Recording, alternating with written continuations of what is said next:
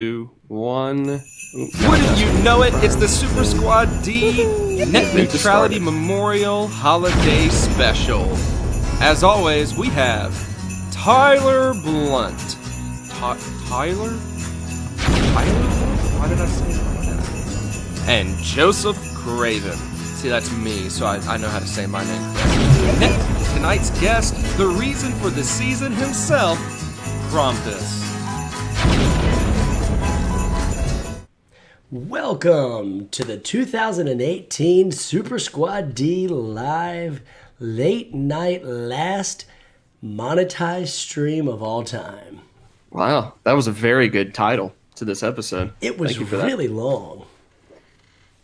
But it was really good, too. And I think that's important. It felt great. I'm not going to lie to you. It felt really, really good. Yeah. Hey, here's a question. Did we just throw up the Net Neutrality Memorial Holiday opening theme song there? Oh, you know we did.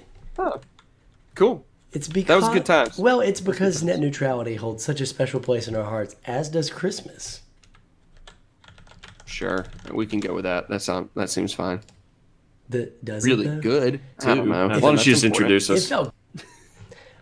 Okay. Well, if you're joining us in the live chat, if you're here, if you exist, drop us a comment below. Let us know where you're from. If you're catching this video on the flippity flop, hopefully you'll drop a comment then as well. It feels good to be live streaming again. Of course, it's been just a little bit. Part of that because we've been busy. Tyler's been moving. It's true. Attack on the Wii claims that this is not live, and that's fair. It doesn't seem like it's live. It's pre-recorded. Pre-recorded like 30 seconds before it's streamed.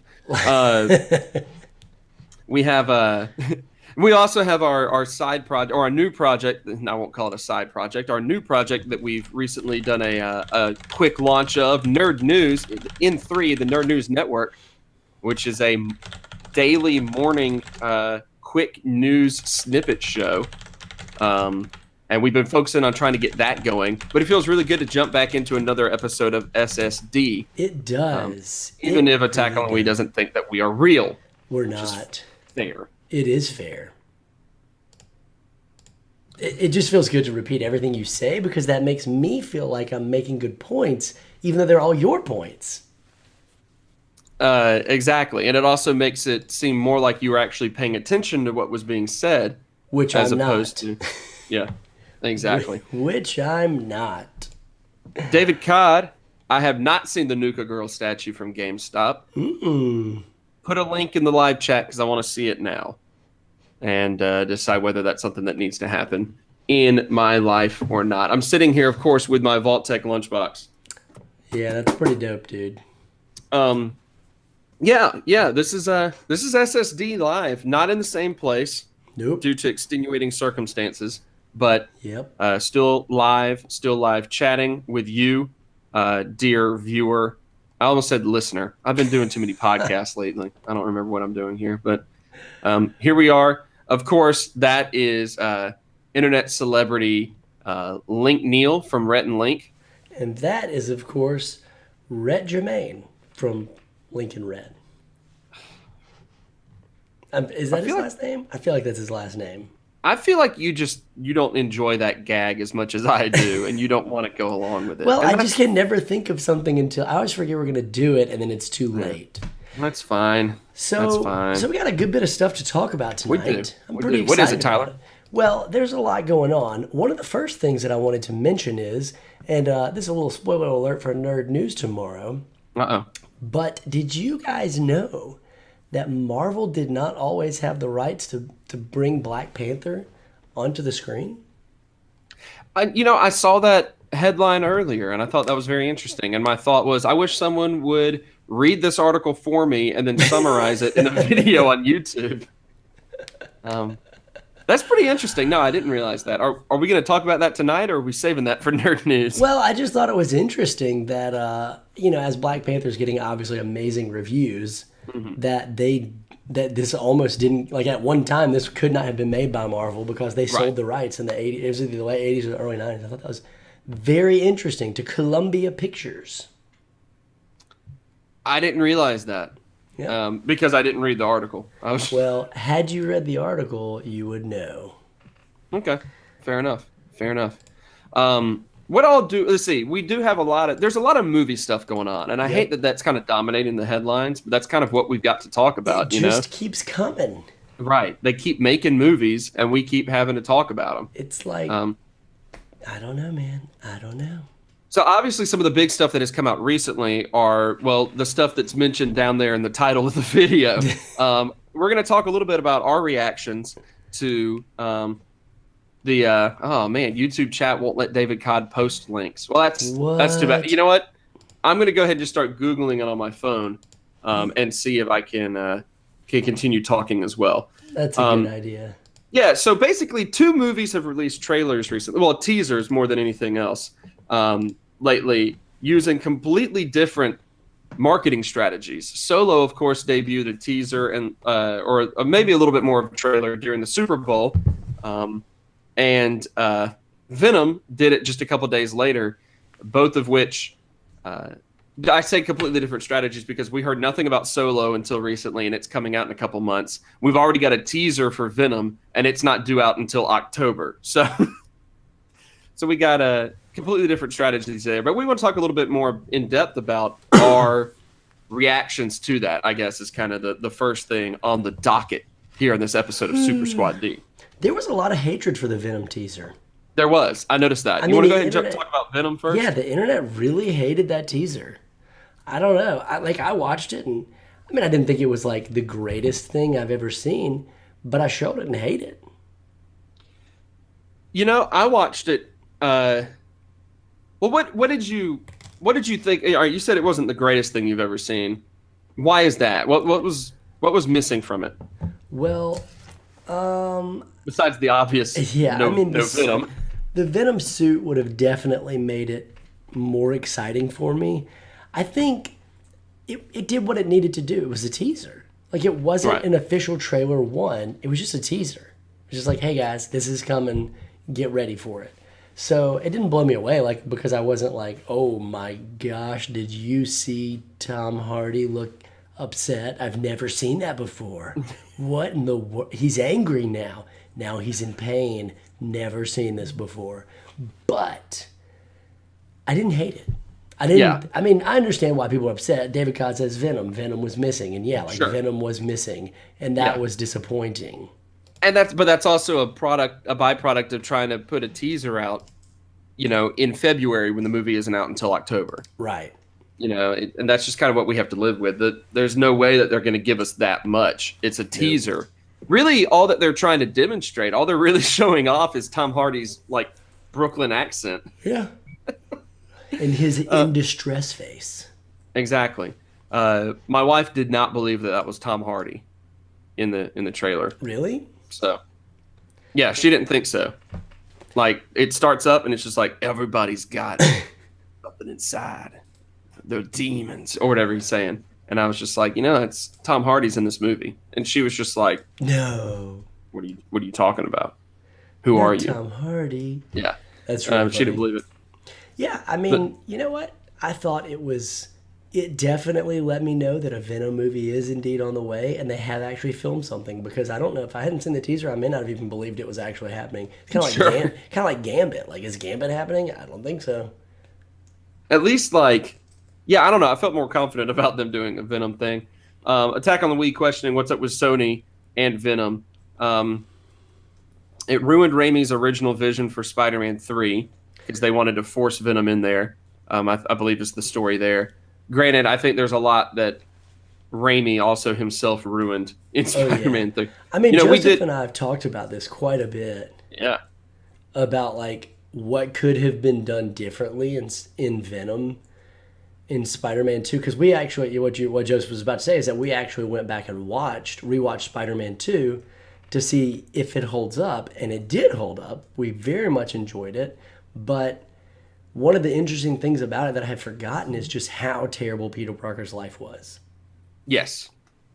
That was the main thing about Spider-Man 2, was his life was miserable. He didn't know how to balance being a hero and being a pizza delivery guy, I guess, was kind of the point there. But, yeah, and so it would have made it was a perfect setup in 2 for the black suit, the symbiote, to arrive then. Yeah, like anyway, we did a whole video about it. It was good. Go check it out. But yeah, I think they could have done it way better. And the CGI on Venom was just not great. No. I mean, the way they designed his costume.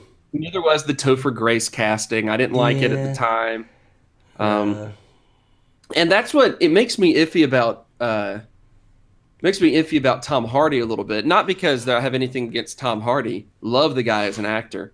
But because if anyone has seen Locke, I think that's a fascinating movie. It's literally just like 2 hours of Tom Hardy driving a car, and it's amazing to watch.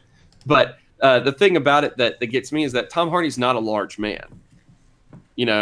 Like he's played Bane. But he lives in the dark. Right, exactly. He's played Bane, but, they did some camera tricks to make him appear bigger than he actually was. He's a bulky dude. Yeah. But that's about it. Like, he's not tall. He's definitely not over 6 foot. Nope. He just kind of is a burly guy, so he gets these burly roles like Bane and like Bronson. Pierce Brosnan? Did he play, was it Mark Ronson? Mark Ronson? That's his name. I don't know. The music producer, Mark Ronson, Uptown Funk. Anyway, and, Attack on the Wii also mentions Amazing Spider-Man was set up for Venom, and then they didn't go for it. I wouldn't know. I watched Amazing Spider-Man once and threw up in my mouth and never watched Amazing Spider-Man. You didn't like it? I actually kind of enjoyed it. I mean, it wasn't the best movie I've ever seen, but I enjoyed it. Well, the part that pissed me off was when a kid dunks from the 3-point line and no one seems to really care. People should be surprised. Like, that's good. That should make national headlines, It definitely would in real life. Yeah. Also, he traveled beforehand. It just was an embarrassment to basketball. If you put him and Catwoman together as the worst basketball scenes in history, that's how you make me mad. I can't disagree with that. I don't know. I can't argue against that because it's a very valid complaint. I felt like comparing the Raimi film to that film, even Raimi Spider-Man 1, he did a much better job of how he handled Peter getting his powers and in that fight in the hallway with Flash compared to Amazing Spider-Man where he's like, you know what? I'll give you your ball back. Screw you. I'm going to dunk from the 3-point line and then just casually walk off. Right. Cool, Peter. He did it for the Vine. He did it for the Vine. Yeah, it worked too. He got 100 followers. Can you imagine them trying to do that scene now in the full-blown social media age? Well, hold on. When did Amazing Spider-Man come out? I mean, it was the social media age, right? 2013. I'm looking it up now. I'm trying to remember. It's 2012. 2012, yeah. There's no way that happens, and there's not a million high schoolers cell out phone there. Cameras. I mean, the iPhone was at iPhone 4 at that point. Everyone has an iPhone 4. No one had an Android then because Android was terrible. Still is. Right. Exactly. It's the worst thing that's ever happened. That's why the iPhone definitely doesn't copy it with every new release. Never. I'll say this. I didn't care about there not being any Venom in the Venom trailer. I didn't think there was going to be any Venom in the Venom teaser. I mean, exactly what you pointed out, exactly what David Codd was saying up there as well.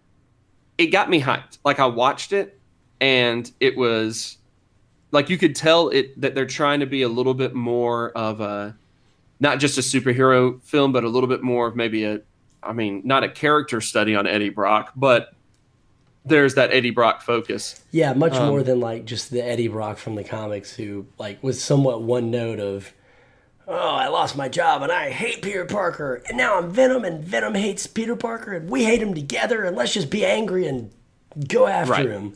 Exactly, give him a little more of a character arc. Here's a question for you. Okay, and then we'll get to these comments because Attack on the Wii has raised a great question. He does. We'll get to the comments. We'll do the comments first and then Attack on the Wii wants to know how I handle being an accountant and a YouTube personality.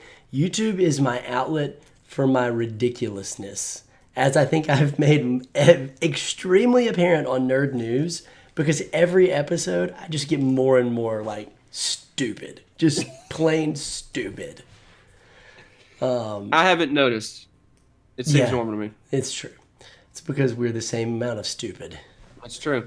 David Codd says that you're falling pretty rapidly with your cell phone takes. So Look, I can't be mad at the iPhone. The iPhone 10 was Steve Jobs' last project until the next iPhone, which was his secret last project. Until the next one, which was his secret last project. You know, it was not his project, giving money to charity. David Codd, I'm curious, what are your power rankings? I just want to know this because you don't give any context as to what, like, it's a power ranking of. Yeah. And so I'm just kind of curious as to what it is we're ranking here. Kevin, the only thing that you've really missed is that at the beginning of the episode, we bragged about our new channel, Nerd News, and the sweet logos. Yeah, the ballin' logos. Ballin' logos that Kevin designed. Okay, so here's what I want to know. How do you guys...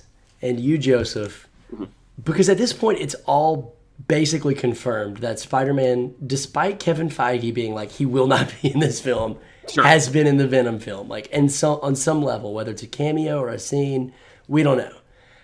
How do you like? Let's say he's obviously not a main character in the movie; he's in a scene. How do you want to see that play out on screen? What do you want to see? What would satisfy you? Short of him, obviously, like him being the main character, because the Venom is so solely focused around the character of Spider-Man, which is not happening. So, like, how do you want that tie-in to go? Yeah, that's the thing that confuses me. Like, that's the part I can't figure out is what they're doing with it. Obviously, they're trying to jump on a Venom solo movie because of just kind of the popularity and the versatility of using a character like Venom. Right. And you know, there's a reason why Venom was introduced, and then it was like, oh, you know what? Like, what if we made, like, he's popular enough? What if we made him like an anti-hero now? And then it's like, oh, well, you know what? He's kind of popular both ways. What if we created like Carnage, and like we decided that you know, anti-hero Venom, we just kind of went with that original concept of just he wanted to kill everyone. Yeah. And with an entirely new creation, you know, you got all that going on. So what do you do in a movie in which like you're kind of jumping into this character whose existence was, like you were saying, based around a hatred of Spider-Man and Peter Parker, and you haven't really done much with Spider-Man or Peter Parker in like this current thing of movies? Yeah. So I don't know. They have to have him in there in somewhat of a pivotal role if they want to try to develop the character of Venom as the character of Venom. Yeah. You know? And if they aren't doing that, then it's just going to be a movie about Eddie Brock himself and not about Venom at all, really. What I think would be interesting, here's what I'd like to see. I'd like to see, because let's just say Peter Parker can only be in 3 scenes, very short 3 scenes. I would like to see a very, very short scene of him swinging it, because from the teaser, you know, you see like there's like some type of a crash, like maybe something falls to the earth, a rock or something, and then the Venom symbiote is contained. So I'd like to see Spider-Man swing into the crash site, go down, go, what in the heck is that? Touch it, the symbiote. The symbiote covers his body. He freaks out. The suit maybe puts out some type of like an ultrasonic wave, or maybe there's like a bell going by, and the suit falls off, and he swings. He's like, I got to get out of here. I got to tell Mr. Stark. Like, I have to, this is crazy, and leaves. So what we get is a really quick hit of, okay, Spider-Man was the first person to get the symbiote. He was in there, and it left him, and you can talk about it, and Eddie can talk about it. Eddie can have his own hatred for Spider-Man without Spider-Man having to be in the actual scenes. Sure. And the Venom symbiote... There's got to be something going on where, like Eddie has some sort of... Like, obviously, there's some sort of weird personal tragedy going on because he looks like he's going crazy. There's got to be something tied into Spider-Man is what's causing this. Totally. So then maybe... The thing that's going to be lacking is his hatred of Peter Parker, because Peter Parker doesn't work at the Daily Bugle. Which, you know? I mean, obviously that would be ideal, but I'm fine with them leaving it out. If we just get that one scene, Spider-Man swinging in, gets the suit on, ditches the suit, and gets out, where we can be like, okay, the symbiote bonded to Peter first, even though it was a short period of time. It bases its powers around Spider-Man because it bonded with him. Like, it gives us a little bit of a baseline to go off of. I think That's it would be another really. interesting thing. I think it would be really dumb. What I don't want to see, what I'm afraid will happen is, it's Venom is already Venom, and he's like swinging by, and like he's saving someone, and then here comes Spider-Man. Thwip, thwip. He saves someone with Venom, and Venom's like, thanks, buddy. And Spider-Man's like, are you a good guy or a bad guy? I don't know. And then like they maybe punch a little bit, and then Spider-Man leaves.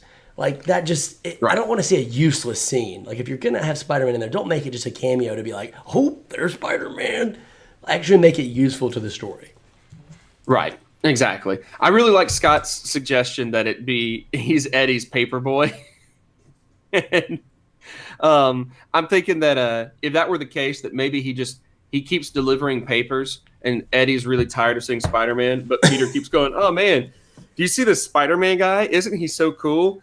And Eddie just gets really, really annoyed at Peter for talking about Spider-Man all the time. And that's his entire hatred. I'm down with that. That's going to be. So I would only amend one thing about it. Mm-hmm. When Peter is delivering his paper, he should be like, here comes Paperboy, trying to deliver that paper, boy. And he sings the Paperboy song from Atlanta. Do that, right. I'm down. Absolutely. Totally down. I mean, I think the Paperboy from the show Atlanta should be in this movie. And if he's not, I riot. I mean, I'm totally going to riot. He could be Peter Parker. I don't see why not. That's fine. Well, I liked Scott's original comment that just said Peter should be Eddie before Scott finished the thought. Why not? Let's make it so that Peter Parker is Eddie Brock. Let's just make it. I don't know how they're going to do it. No, they can do it. I believe in them. I just hope this movie is good. That ultimately is the feeling that all of us have. I thought it was a good teaser to like tease me with, oh man, like they're seriously making this movie. Like, where can it go from here? I'm interested in it, especially because I've always loved Venom. Venom was always one of my favorite Spider-Man characters, and like it was the first like anti-hero type character that I really saw because I didn't read too many comics growing up. But I really liked Spider-Man, and so I was drawn into that concept because of Venom in a lot of ways. So I really hope that it is a good movie. All in all, I liked the teaser. I wasn't upset that we didn't really see any of the Venom suit because it's still so early. I mean, we got until October. There's a solid, we still got enough time for them to fire all of the directors, writers, producers, replace them entirely, reshoot some of the movie, and make all the DCEU fans mad. That's true. There's plenty of time to do that. Yeah. So let's shift over and talk for a second about your keyboard? My keyboard that just made noise. Let's shift over and talk for a second about the news that came out about Zack Snyder potentially getting fired from Justice League. Yeah, that's interesting. That was so interesting. Do you think he got fired? And if he got fired, does that change anything for you? For anyone who is unfamiliar with this story, I'll give the quick snippet of it, including apparently since I've read it on Polygon, they have updated it. So I wonder what this update now says. So Josh L. Dickey, who apparently has trying to figure out who he is. Oh, okay, he's an entertainment reporter, and he is leaving the entertainment reporting industry. Clearly forever, right? Yeah, clearly forever, because he then like tweeted out a whole bunch of stuff, basically like just burning a lot of bridges. Like he did not care at all about like, hey, here's a whole bunch of secrets I'm not supposed to tell, basically. But since he said this particular part, the info has been kind of refuted as saying, yeah, this is how it really went. But apparently Warner Brothers was firing Snyder in January or February of 2017, which is months before, of course, the fact that Snyder announced he was stepping away from the project after the tragic loss of his daughter. And so the story then became, well, we can't say that Snyder was being fired. We're going to say that this is the story, that he's stepping away for these personal reasons. But Collider has a writer for Collider, Matt Goldberg, has written, I've heard similar things from various sources over the last year as well that Snyder was fired. I also heard that Snyder's rough cut of the movie was, quote, unwatchable, a word that jumped out at me because it's rare you hear two separate sources use the exact same adjective. Of course, even if that's true, there's obviously more to the story since rough cuts can be fixed up with reshoots, rewrites, etc. Yeah. So apparently they were planning on getting rid of Snyder because his rough cut, when they previewed it, they didn't like it, they couldn't stand it, and they thought the best option is to cut ties with him and bring someone else in to do these reshoots. I don't know. Well, do you think this story is true? I mean, if that's true, the dozen of fans that really wanted to see a Snyder cut are really glad they didn't see a Snyder cut. Because if it truly happened, think about the fact that they stuck with Snyder through Batman versus Superman, which had a lot of problems. If those same people watched Justice League from Snyder and said, no, man, that's unwatchable, it was probably really bad. But at the same time, I totally take this with a grain of salt. Like, I don't, it's not that I don't think it could be true, because it definitely could be true. But I don't, in general, with the news like this, with rumors like this, I don't believe it's true until there are multiple confirmed sources that have come out and established it. I'm inclined to just think that he probably did just leave on his own. Or maybe it's a mixture of the two, Maybe like they were unhappy with him and he wanted to leave. Like maybe the truth is somewhere in the middle. Yeah, I mean, it normally is. Either way, the movie still had a lot of problems. Like the movie still came out the way it did. Right. I don't think Zack Snyder sticking around and not bringing in Joss Whedon would have made it a bunch better. Yeah, here's my theory. My theory is, and this is because they're with it being released on digital yesterday. Today, the 13th. That with it being released, some behind the scenes stuff is coming out with it. These little features and all, and there's some little like storyboard bits that have been, they're little storyboard bits that have been released that said, or that showed scenes of Darkseid. Continued the Darkseid nightmare scene that we saw a little bit of in Batman versus Superman. Which I did want to see more of that. Exactly. So my theory is that Snyder was trying to move forward with that, and because there was so much, we've seen obviously Warner Brothers panics, or panicked whenever fans lashed out at Batman versus Superman.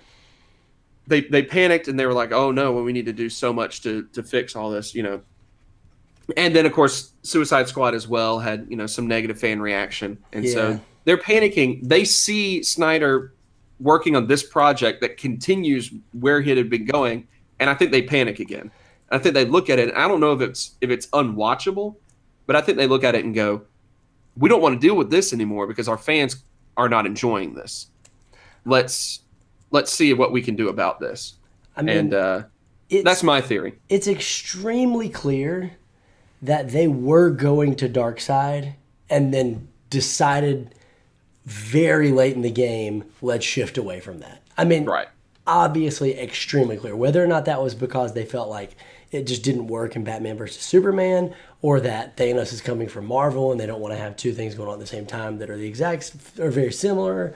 Whatever the reason was, like very clearly, if you watch the movie and you know anything about Darkseid in comics, like the Mother Boxes are from Darkseid, Steppenwolf is from Darkseid. He references Darkseid multiple times, and now we know all the behind the scenes stuff where Darkseid was included but cut. So it's like, I don't know what the reason was, but that's definitely where they were going. Attack on Louis brings up a point that I have also myself felt multiple times, which is nobody wanted a Snyder cut when Whedon was announced. And that was the most interesting, I don't want to say experiment, but like observation that I've had in the last like 5 years about our nerd culture and Joss Whedon and all that, is that like everyone wanted, like when Whedon was announced, everyone was like, he's going to fix the movie. It's going to be amazing. It's going to be Avengers 2.0. And when the movie came out and it didn't live up to expectations, immediately people were like, it's all Whedon's fault. I can't believe they brought Whedon in. Why did they bring Whedon in? He ruined everything. We should have kept with Snyder. It's just, it was just wild. What a wild ride. Yeah, I didn't have a strong reaction when they brought in Whedon. I was more so like shocked that it was happening like that. Like, oh my me gosh, too. like this guy that was, responsible for the Avengers is now coming in to finish up this movie. And then, of course, I felt terrible for Zack Snyder's family. Oh, yeah, man, that was horrible. That was just horrible. Yeah, so I didn't have a strong feeling at the time, but you're absolutely right. And looking back on it, a lot of people were really, really excited about Whedon taking over. They're like, oh, he's going to be the savior. Look at what he did. And yeah, you're absolutely right. It's a lot of people. And it's the same people probably that were like, that were forming the boycott Black Panther, give Black Panther negative reviews type thing. Yeah. Well, what's interesting also about Whedon is that he's kind of burned all of his bridges with Marvel. Like, he had a huge falling out at Marvel. Yep. Him and Kevin Feige hate each other. They got in a big fight over Avengers 2. Kevin Feige forced him to put in the Thor Ragnarok tie-in scene, and Whedon just did not want to do it. And, like, he was like, I'll never work here again. And now he's directing Batgirl. So, like, Whedon is directing DC's Batgirl. So who knows? Yeah. It's interesting how these things go. Whedon kept making fun of Feige being bald. Yeah, I'm agreeing with Scott here. It really feels like Warner Brothers is being run by a bunch of ostriches and not exactly people that seem to understand what they're doing, which is why they like cleaned house, right? Oh man, and what's funny is they're now looking for a person to fill that role of Kevin Feige. Yep, which makes sense. I mean, who wouldn't want to? All right, let's maybe they just put Joss Whedon in that role. Maybe they do. I mean, who knows? So today it was announced that Brian Bendis, who literally just left Marvel, right, is going to potentially write a Kitty Pryde movie. The script for a Kitty Pryde movie. How do you guys feel about that? You asking me in particular about it? Or? Like you and everybody. Like, how do you feel, people in the chat? How do you feel, people who are watching this later? How do you feel about that? Man, it's weird. I don't have a strong tie to Kitty Pryde as a character. So as far as making a movie out of her, I'm like, okay, that's good. It's so interesting to see that happen where it literally goes, Bendis is here, now Bendis is working here. Yeah. Like what? And props to him for making the most out of his career at this point. Oh my gosh, yeah. I mean, he has really positioned himself well. Yeah. Props to him. And he almost died like 3 weeks ago. I don't know if people know that, but he literally almost, like, he went to the hospital and almost died. He had, I want to say, like, he became septic. Like, they couldn't figure out what was wrong with him. He became septic, or like, no, he had MRSA that like went horribly south. And like he literally went to the hospital, and like he was in the ICU for like 3 weeks and came within an inch of his life. It was crazy. Man, glad to hear he's okay then. That is wild. Yeah, Did not hear that. It was nuts. My take on the Kitty Pryde thing is I never loved the character until I just recently read Claremont's X-Men run, and seeing her join the X-Men when she was 13, and then having read her later stuff, like, my favorite characters in comics, which we've talked about this 100 times, are always the characters who have the most character development and get to progress the most, which is why I love, like, Dick Grayson. He's my favorite DC character because we saw him as Robin as a kid, and we saw him grow into, like, young adulthood. And same thing with Wally West and all that. Well, Kitty Pryde is one of Marvel's few characters that are like that. Like, much like Peter Parker, like, they start real young, and they've been able to mature over the years. So I love the character. Loved her in X-Men. I genuinely don't know how she works in a solo film. Right. Without just like, I mean, you keep the same core character, I guess, but like changing a whole lot of stuff. I mean, you have to remove her from the X-Men, right? Like, she's not in the X-Men. How old is she going to be? Is she going to be like a 13-year-old kid just discovering her? I mean, I'm assuming she'll be like a 13-year-old kid discovering her powers, does something heroic, saves the day, and then Professor X rolls up in his wheelchair, would be my guess. But I don't know. It just seems like out of all of the characters that you could give a solo film to, she would probably not have made my top 10. Oh, I think this would be a good character to give a solo film to. That being said, I hope it's good, and I'll totally watch it because I like the character. because we are addicted We to are the machine addicted. known as It's a superhero. stupid machine. If they just make a live action version of the animated Pride of the X-Men, the failed original, As long as there's an Australian Wolverine, I'm on board. and if they bring back the original theme song, the X-Men, this is the day, that's the jam. It is the jam. I want that. Although I do greatly love the X-Men animated series theme song. I do wonder who would play Kitty. Probably not Ellen Page. She's a little too old at this point to reprise her role. M. Scotter says, I hope she has her dragon. If she doesn't have Lockheed, that would be really sad. Because Lockheed was awesome. Lockheed Martin. He likes to build weapons. Yeah. Again, I don't know much about it, but it'll be curious to see what they do there. Speaking of odd choices for standalone movies, I almost said solo movies, which would have been an even better tie-in. I decided not to. Solo movies. Solo, of course, we finally see something out of it. Maligned Project had directors getting canned, had a lot of issues with the leading man and having to like bring in people to like train him on how to act like the character you're supposed to be and stuff like that. I mean, there's a lot going on with it, and then the strange marketing decision to hold off on showing anything about it until February when the movie comes out in May. But we're finally seeing some stuff. What was your reaction to this? What were your thoughts when you saw the Solo teaser finally? I was more excited than I was before. Okay. Like I was probably on a scale of 1 to 10 at about a 2. And when I left the teaser, I was at about a 4.5. So not like overly excited, but more excited. I think the hard thing for me is I felt like Donald Glover looked like a great Lando. All the world looked great. All the supporting cast looks good. I just can't get past the fact that he looks very little like Harrison Ford to me, and that he's just like Harrison Ford is Han Solo. I have a hard time seeing another person in that role, and I don't know if I'm going to be able to overcome that. This is an important question that I just thought of. Do you think it says a lot about that role that we didn't see him do much in the trailer? Like, you basically see his face like twice. There's the time that he's piloting and he's like, oh, we're fine. You know, there's that. And then there's the time in which somebody says, Emilia Clarke says, I know who you really are. And he does the whole head lean back. What's that? Type thing. And that's pretty much it. I'm guessing, again, it goes to the fact they don't have... I think they know that that people aren't going to watch that and be like, man, that guy looks just like a young Han Solo, young Harrison Ford. So I wonder if, maybe they are holding back his scenes from the trailers because they feel like it's going to hurt their pre-ticket sales. I don't know. Yeah. That's kind of what I'm thinking as well. And maybe they just wanted to avoid the controversy from the fans. A huge fan of seeing Donald Glover. I was hanging out with my friend Chad Gibbs, who's popped up on the show before. We showed pictures of his Star Wars collection. It's pretty epic.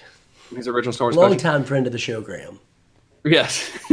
He actually is his favorite character of anything is Lando.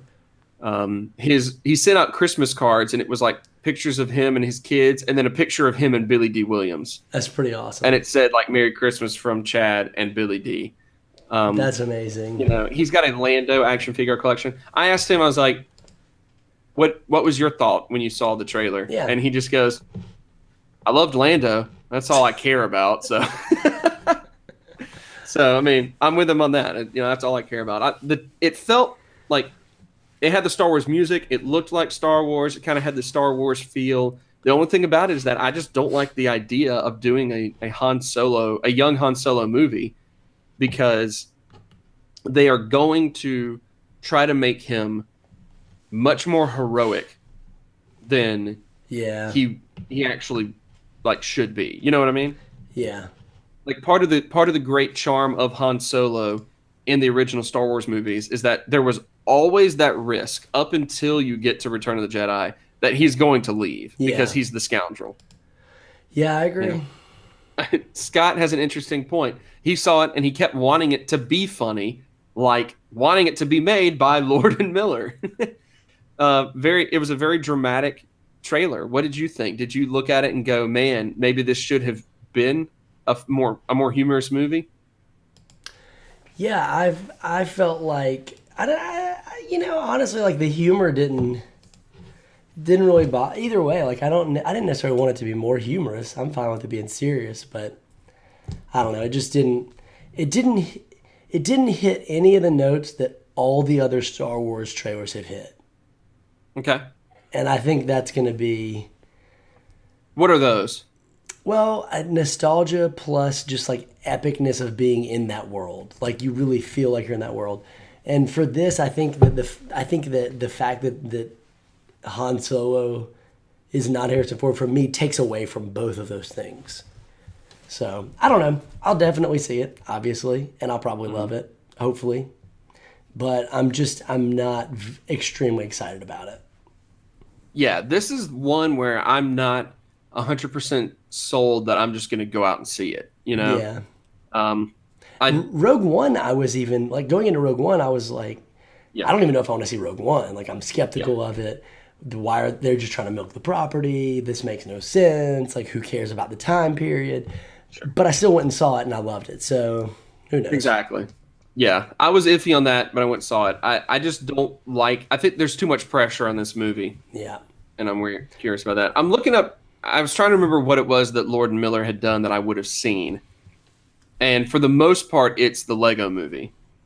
Because I know you love The Last Man on Earth, the TV show. I think it's the best. I think it's the best comedy on TV. Okay. I think it's the most brilliant comedy on TV, and I'm including Atlanta in that category. Okay, interesting. I've only seen a couple episodes of it. It never quite drew me in to the point in which I wanted to watch all of it. But early shows are always a little bit rough. The early part of the show, so they did that. I'm not a huge fan of 21 Jump Street. Me either. It's just, but that's mostly because it's not really my style of humor. Me too. So I don't know if I care much about whether or not they're involved with the movie, but I did just discover that that Christopher Robert Miller, was born in Everett, Washington, which is where I got married last year. Anyway, there you go. Well, David Codd is still confused as to why they're going for the May release. Me too. Why? Which is very interesting. Why do they? I mean, the December release has been working very well for them. Right. You would think that there's nothing else that comes out around then, and people are starting to expect it. Like that's Star Wars time. I don't know. That's a good point, David. Well, interestingly enough, tomorrow, and I know we're going to wrap up here in a second, but tomorrow, a new trailer for The Incredibles 2 drops. Or maybe the first trailer for The Incredibles 2 drops. Haven't they been showing a little bit of stuff? I think they have been. During the Winter Olympics? Something I that think my they wife showed a little bit. Been watching in the living room while I do this. Turns out she loves the Winter Olympics. It's just been like, gets home from work and just turns it on all day. I just think the Winter Olympics are super boring. Obviously, you've never seen Shaun White and his mastery of snowboarding. Snowboarding and ice skating are the only two sports I actually enjoy. Not curling? No. Is curling a winter sport? Absolutely. It's on ice. Yeah, like hockey. True. Yeah, I need to watch some curling. Yeah, curling. I love it because it's just so weird. Yeah. And also because the American curling team has a dude that looks just like Super Mario on it. Google it everywhere. Which is dope. Yeah, coming out. Okay, this is what's coming out in May. You've got Infinity War. You've got Deadpool. You've got Show Dogs with Will Arnett.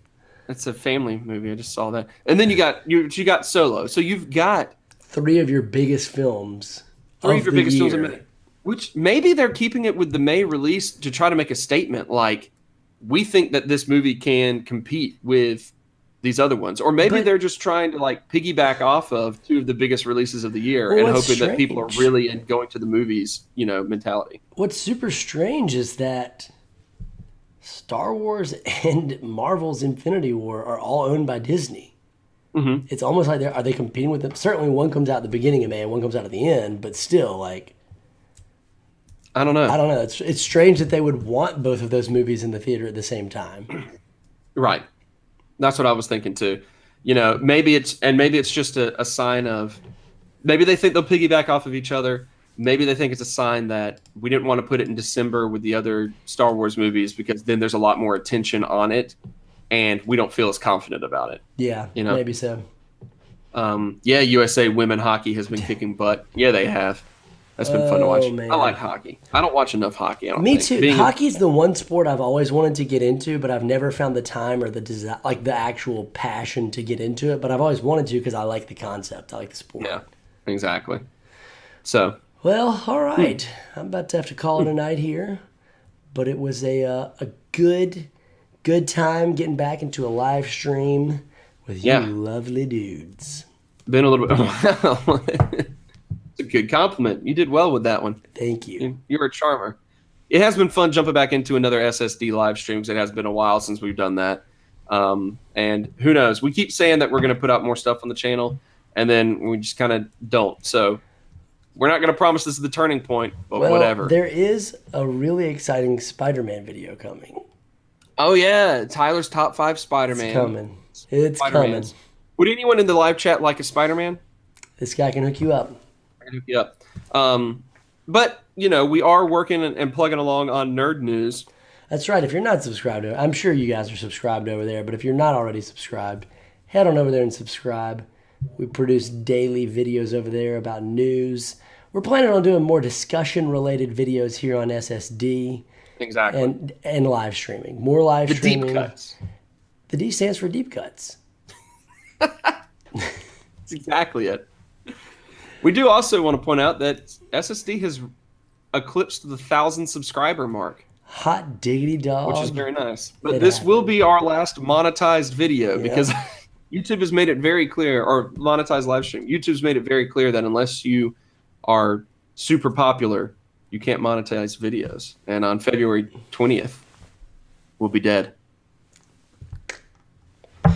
All right. And on that note, that is Julio Jones. And that over there is the man, the myth, the one, the only, Matty Ice, my quarterback, Matt Ryan. And we will see you in the next Super Squad D live stream, which will inevitably be a stream where we start off really strong and come back in the second half to lose it all. Yep. Probably to a team called the Patriots. Go Eagles. Wow. Well, good job, Eagles. Go Saints. We'll be there next year. You're so silly. Mm-hmm. Are you wearing a Saints hat? You're on a Pelicans hat. No, this is a New Orleans Pelicans That's hat. ridiculous. Go Pels. You're on a Pelicans hat. Starting center, Emeka Okafor. Oh, my gosh. All right. Until next time, this has been Super Squad D.